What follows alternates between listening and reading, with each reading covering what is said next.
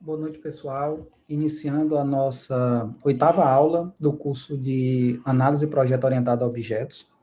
Na aula de hoje, né, a gente vai iniciar o estudo sobre o diagrama de classe, tá? Então, como o diagrama de classe, o exemplo que a gente vai fazer aqui é um pouco maior, né? Então, não daria tempo, né? Ficaria muito grande para um vídeo só. Então, as aulas 8 e 9 serão referentes ao diagrama de classe. A gente começa nessa aula e termina na próxima aula, tá ok? Então, com relação ao diagrama de classe, pessoal, ele é um dos principais diagramas da UML que a gente utiliza, né? Até porque a gente desenvolve sistemas orientados a objetos. E, consequentemente, né, a gente precisa de um modelo. Boa noite, Edson. Já comecei aqui já. Então, ele é um dos principais diagramas da UML, tá? E para nós talvez seja um dos mais importantes, porque ele modela sistemas orientados a objetos, né? Então, basicamente, nesse modelo, a gente vai trabalhar, né, como as classes são organizadas, como são seus relacionamentos, quais são os atributos de cada classe, quais métodos. Então, isso ajuda demais ao programador, né, a pegar esse modelo já pronto, que já foi pensado, que já tem uma arquitetura definida, e ele implementar de acordo com o modelo. Inclusive, há até ferramentas que elas transformam esse modelo em código Java, tá? O grande ponto é que, muitas vezes, a equipe ela é muito pequena e o programador ele não tem tempo para montar o diagrama de classe, né, fazer a documentação e depois a programação, então ele já parte direto para a programação. Mas o ideal seria, né, se você tiver recurso, né, tempo, você ter uma pessoa que arquiteta, que modela e depois alguém que vai implementar, ok? Então, na aula de hoje, a gente vai começar a fazer esse exemplo aqui, tá? Desse diagrama de classe que a gente tem aqui. A gente não vai terminar, porque senão a aula ficaria muito grande, então a gente vai fazer uma parte desse diagrama e a gente vai continuar esse diagrama na próxima aula. Então, serão duas aulas, como eu já havia falado no começo, referentes ao diagrama de classe, tá ok? Agora, deixa eu só mudar aqui o compartilhamento para o draw.io.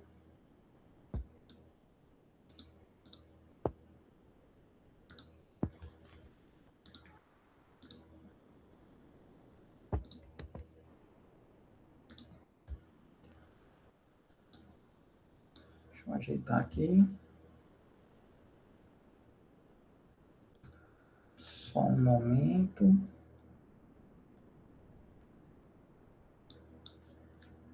Deixa eu dar um zoom aqui.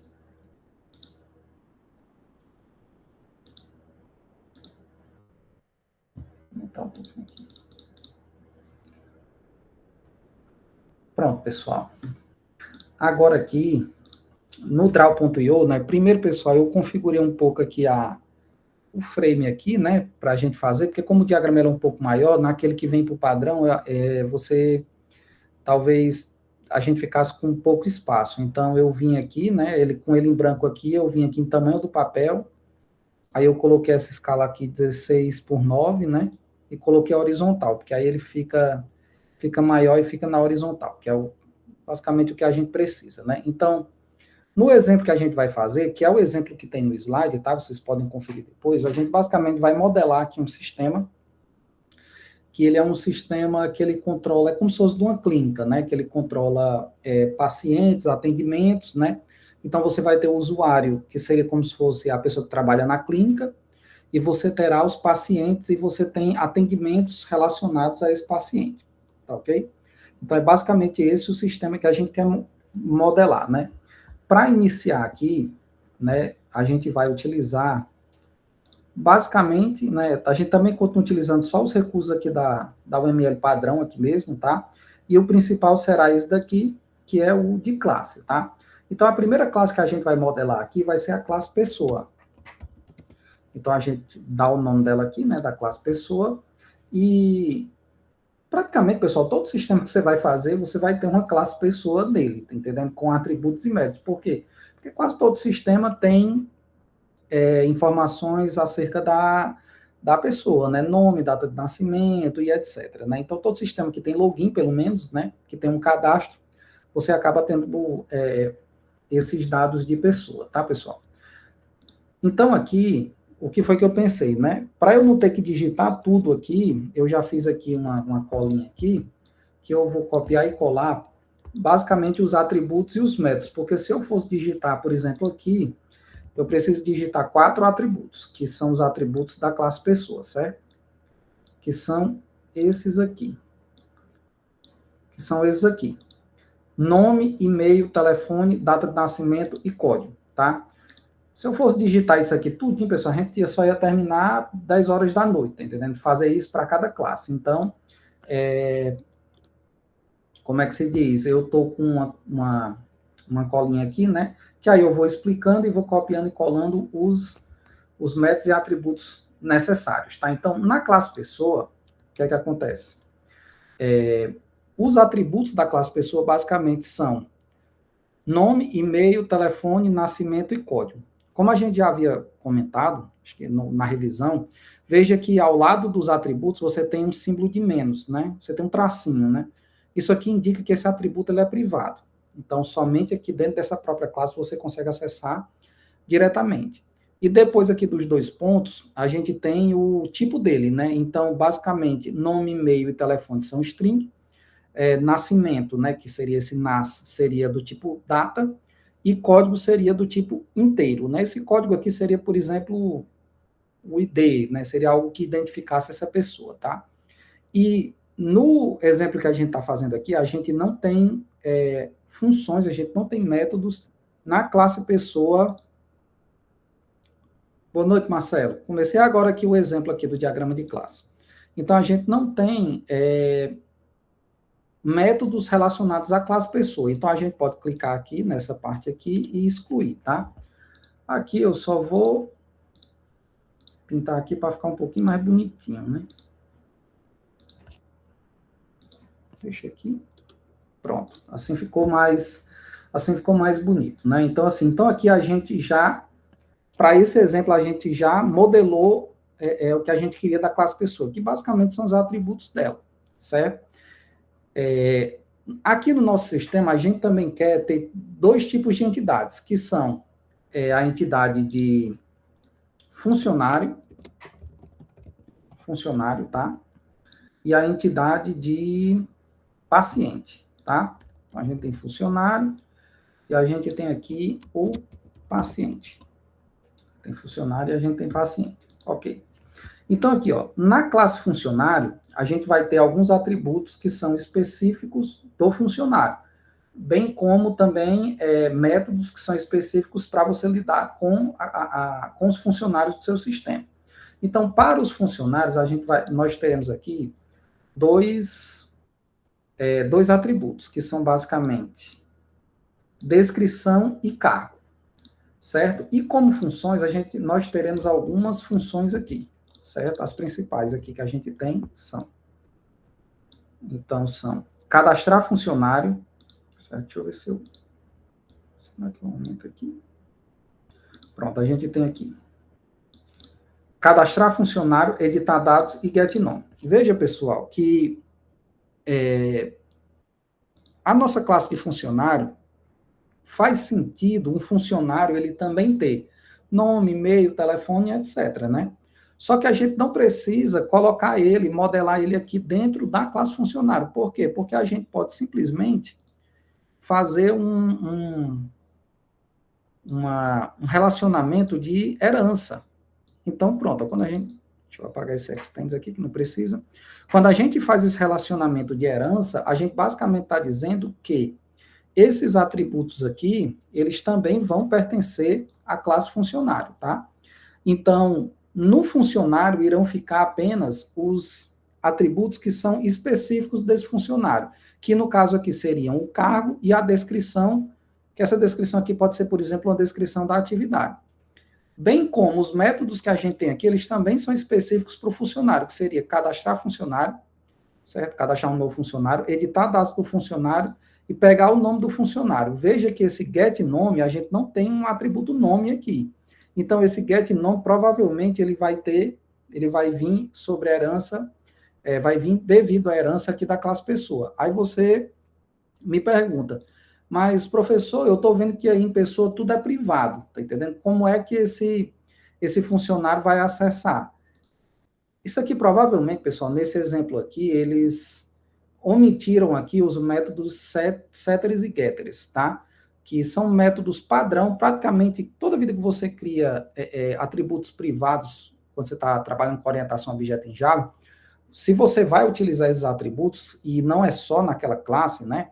Você vai criar métodos públicos de acesso e de inserir o valor nele, que a gente chama de setters e getters, para isso. É como se para cada, aqui dentro daqui da classe pessoa, para cada um tivesse um get nome e um set nome, get e-mail e set e-mail, get telefone e set telefone. Só que isso, como meio que já é uma convenção, a maioria das pessoas que já programam em Java já sabe que vão ter setters e getters, às vezes você pode acabar emitindo da classe e colocar só métodos que você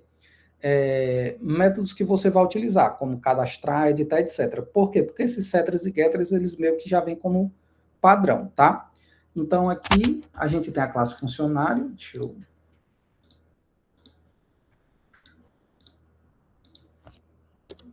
pronto, assim, pronto. Aqui a gente tem a classe funcionário, e esse a gente tem um relacionamento de herança, então o funcionário ele herda de pessoa, certo? E a gente também aqui tem a classe paciente, que como, assim, acho que já deu para a gente perceber, o paciente também vai herdar de pessoa, porque o paciente, ele também vai ter um nome, também vai ter um e-mail, um telefone, etc. Né? Então, a gente também vai ter um relacionamento de herança aqui do paciente para a pessoa, tá? E os atributos do paciente, basicamente, eles serão esses aqui, que eu já trouxe para não... Meu Deus do céu. Pronto. E as operações de paciente, basicamente, serão essas aqui. Pronto. Então, como atributos da classe paciente, a gente tem indicação alguém, que seria o tipo string, aceitar mensagem e anexos, tá, pessoal? Isso aqui eu peguei de um exemplo já pronto, né? Então, basicamente, o que ele está querendo modelar aqui, provavelmente é esse sistema de que um paciente indica outro para uma determinada clínica, tá? E esses anexos provavelmente são, por exemplo, aqui ele colocou como string, né? Então seriam outras informações, mas se você fosse trabalhar com Java real mesmo aqui, se você quisesse colocar, porque anexos dá a entender que são arquivos, né? Aqui a gente não teria que modelar como string, porque quando a gente fosse implementar, na verdade a gente teria que colocar como do tipo file, né? Que no Java é correspondente ao arquivo, né?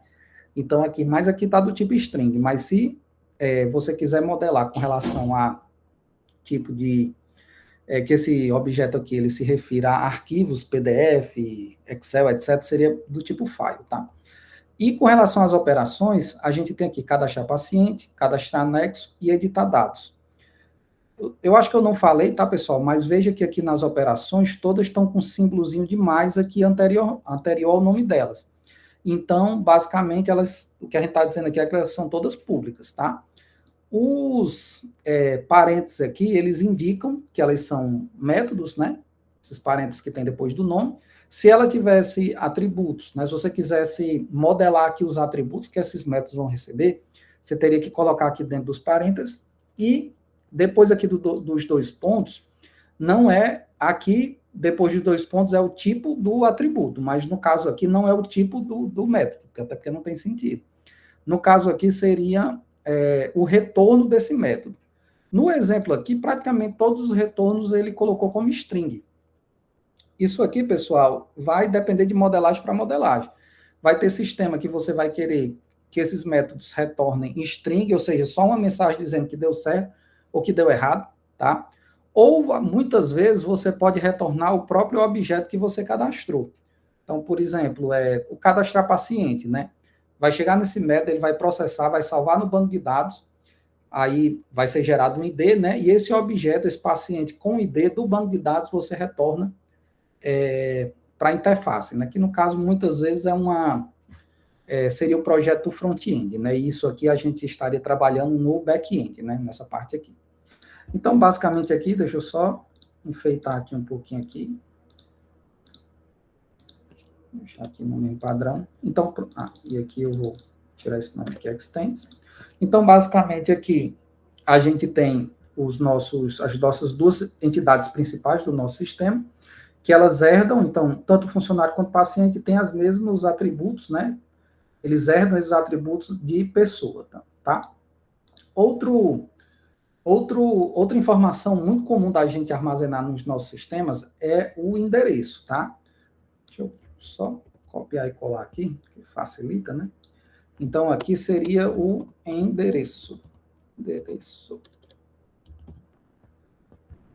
Seria o endereço, tá, pessoal? E no nosso sistema aqui, o endereço, ele terá basicamente os seguintes atributos. Deixa eu ajustar aqui, certo? E não terá nenhum método, né? Então, basicamente, o endereço teria, né, o CEP, a cidade, o estado, o número e complemento, tá? E o relacionamento que a gente vai trabalhar aqui do endereço, ele é com relação à pessoa, né? Porque, via de regra, né, toda pessoa do sistema ele vai ter um endereço. Então, o funcionário, ele herda de pessoa que tem um endereço. O paciente, ele herda de pessoa que tem um endereço. Se você tiver um outro tipo de pessoa que você queira, você vai criar, vai herdar de pessoa e automaticamente essa pessoa vai estar associada a um endereço. No caso aqui, o relacionamento que nós teremos entre endereço e pessoa é um relacionamento aqui de composição, tá? Então, basicamente aqui a gente vai marcar aqui, pronto. Então a gente tem essa setinha aqui com esse losangozinho aqui preenchido, a gente chama de composição, né? Composição é um relacionamento entre objetos, né? Onde um objeto ele faz parte de outro objeto. Então, no caso aqui, o que a gente está querendo modelar aqui é que o objeto endereço ele faz parte do objeto pessoa. Pensando na linha inversa, né? Como se fosse na mão inversa, né? Toda pessoa ela terá um endereço, tá? Existem dois tipos de relacionamento desse, que é o de composição e o de agregação, que seria esse aqui, certo? Esse aqui é com o losango sem ser preenchido. Qual é a diferença e por que a gente utilizou esse de composição aqui? Porque para nós aqui, não faz sentido o endereço existir sem ele estar ligado a uma determinada pessoa. Então, não faz sentido a gente ter Rua Manuel Patrício, número 170, bairro Centro, se isso não está ligado a pessoa nenhuma. Então, não faz sentido a gente ter esse objeto sem estar ligado a nada. Então, como esse objeto ele faz parte e ele só tem sentido quando o objeto pessoa também existe, a gente usa a composição. Se fizer sentido ele existir sem uma pessoa estar associada, a gente poderia utilizar a agregação, que foi aquele símbolo que eu utilizei antes, tá? Então, e se você for, o que é que isso aqui, quando o programador ele pega isso aqui, ele sabe que a instância do objeto, endereço, ela tem que ficar dentro da classe pessoa. Esse relacionamento aqui, ele diz isso para o programador, né? Que o new endereço que você faz lá no Java, ele vai ter que ser instanciado aqui dentro da pessoa, tá? Se fosse agregação, aí a abordagem seria um pouco diferente. Mas você veja como tudo que a gente está fazendo aqui está conectado com o código que vai ser criado. Não à toa que existem algumas ferramentas que pegam esse modelo que a gente está criando aqui e já gera as classes, os relacionamentos e etc., já gera o código Java, tá? Mas aqui, continuando aqui, pessoal, a gente tem só mais algumas classes, algumas coisas que a gente quer fazer aqui. Falta aqui para a gente agora, né, a questão do login, né? Porque o funcionário, ele como um usuário, né, do sistema, né, que gerencia esses atendimentos, a clínica, ele precisa acessar o login, tá? Então, basicamente aqui eu vou criar uma nova classe chamada, deixa eu copiar daqui.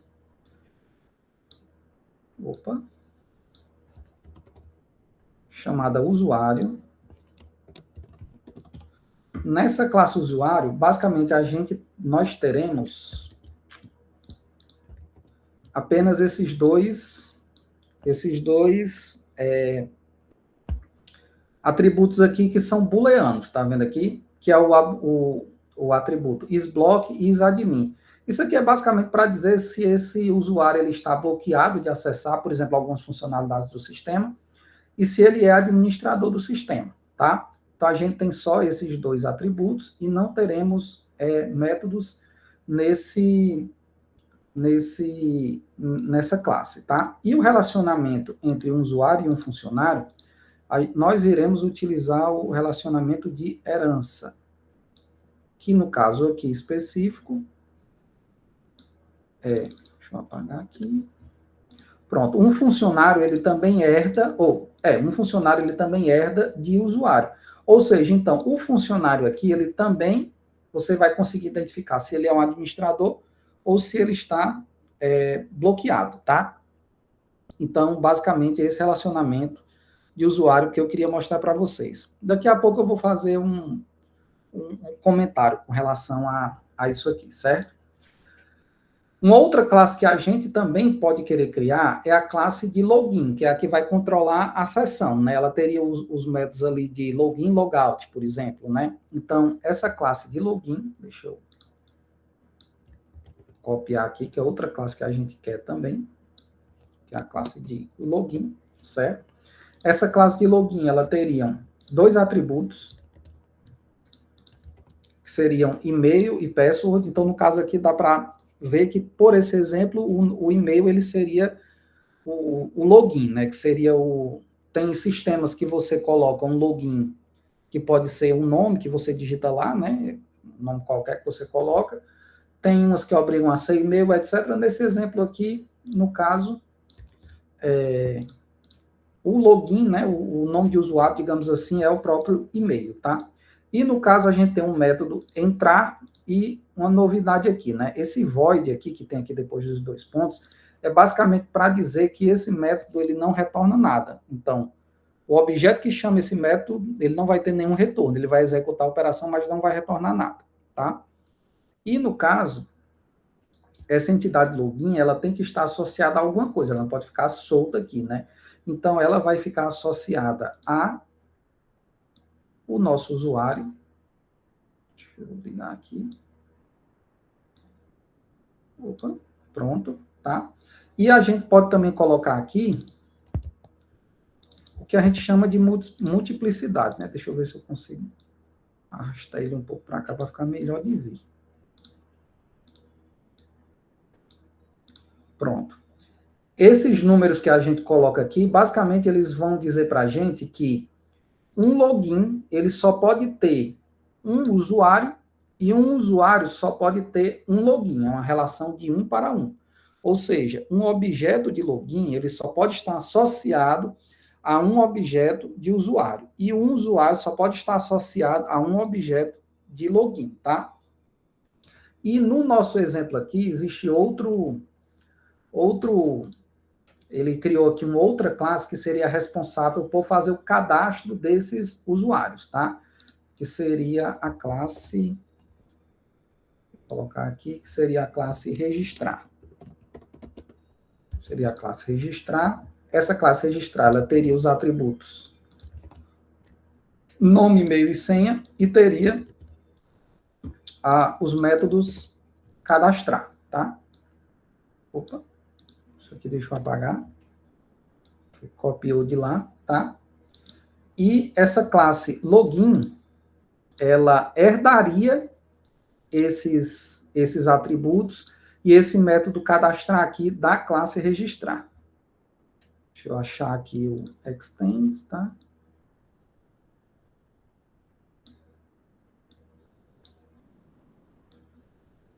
Deixa eu ajeitar aqui. Pronto.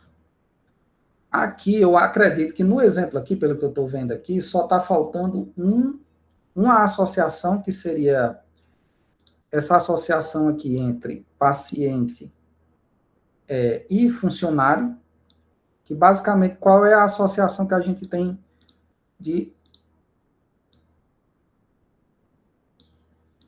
qual é a associação que a gente tem de paciente e funcionário? Seria com relação a um atendimento, né?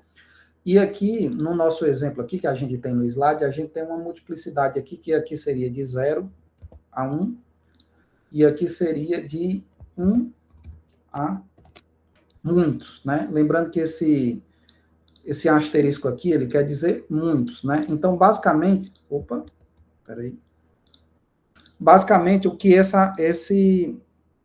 que esse relacionamento aqui ele está dizendo, né?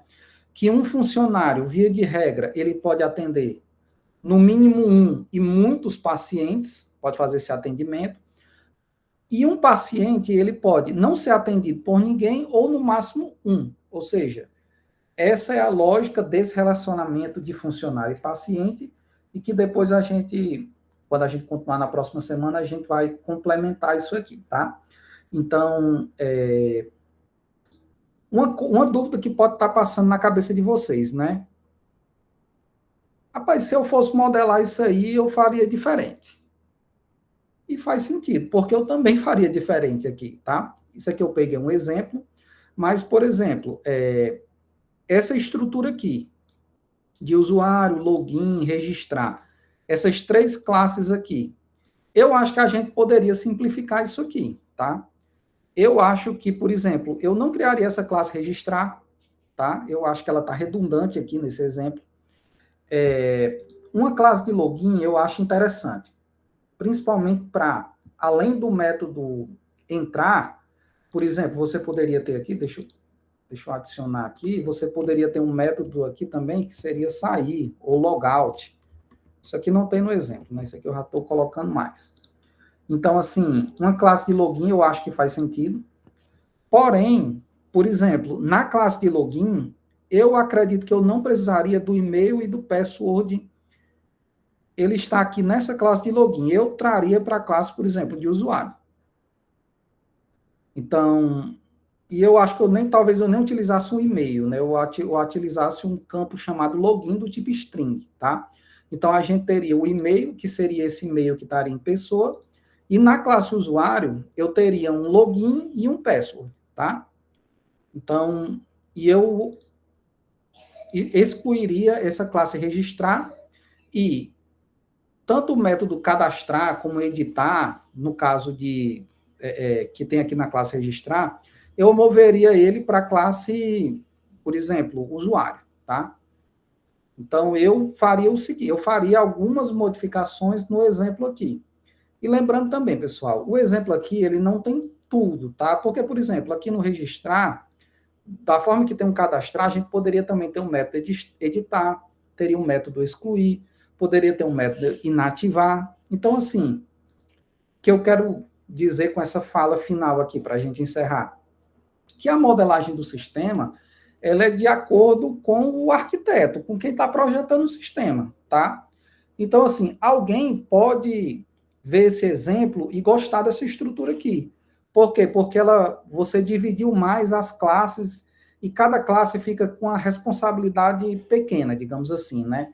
Fica uma classe só para cadastrar, outra classe só para logar, outra classe e etc. Mas pode ter outras pessoas que acham que isso acaba gerando complexidade adicional. Então, ela vai e ela dá uma enxugada nessa estrutura. Então, ela condensa classes, métodos e atributos em uma determinada classe e etc. Então, assim, você projetar um sistema, você criar um diagrama de classe, que é o que a gente está criando aqui, criar esses relacionamentos, isso aqui é como fazer um algoritmo, tá?